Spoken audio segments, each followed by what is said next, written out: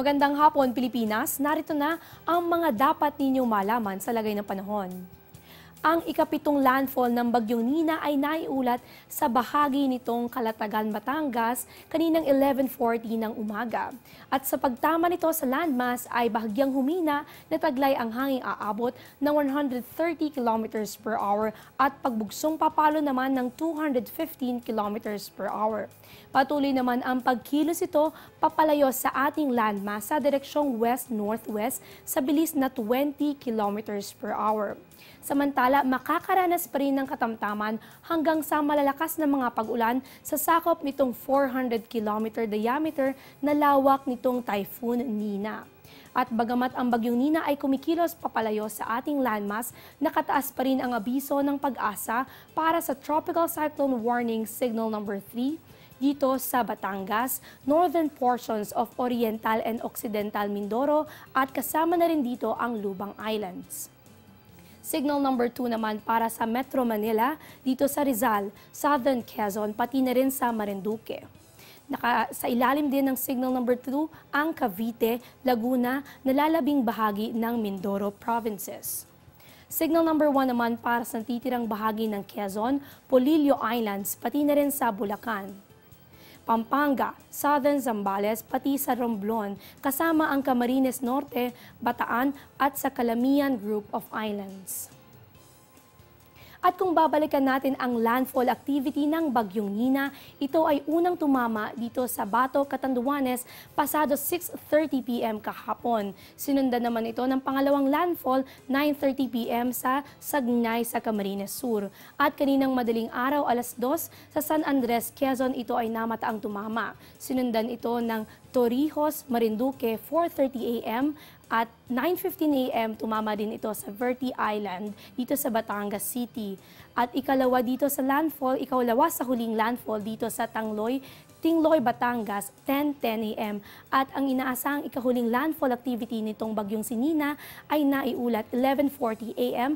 dito sa Calatagan, Batangas. Ayon naman kay Pag-asa weather forecaster Chris Perez, kung magpapatuloy ang bilis at kilos nito ay posible nang makalagpas ang mata ng bagyo dito sa ating landmass sa ating bansa mamayang hapon po yan at inaasahan itong lalabas ng Philippine Area of Responsibility sa Miyerkules, December 28. At kaugnay nito, naglabas pa rin ng abiso ang Pag-asa para sa Yellow Rainfall Advisory dito sa Occidental Mindoro kung saan mararanasan po yung mahina hanggang katamtamang mga pag-ulan na maaari itong magdulot ng mga pagbaha lalong-lalo na sa mga mabababang lugar. Huwag po kayong aalis, magbabalik kami matapos ang isang paalala. Air 21 introduces a new way of rewarding. The Air 21 Purple Rewards for consignees.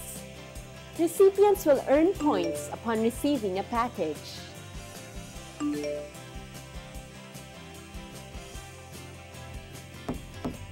These points can be used to redeem exclusive Air 21 gift items such as eco-friendly bags, flashlights, tumblers, organizers, flash drives, and power banks.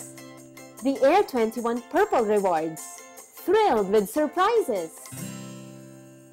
At dahil patuloy na umiiral ang Bagyong Nina sa bansa, mararanasan pa rin ang masungit na panahon dito sa Metro Manila. Kabilang din ang Calabarzon, kasama ang mga probinsya ng Camarines, Albay, pati na rin dito sa Marinduque, Mindoro, kasama ang Romblon, Bulacan, kabilang din dito ang Batanes, pati na rin sa Zambales at Bataan, kasama rin ang probinsya ng Pampanga.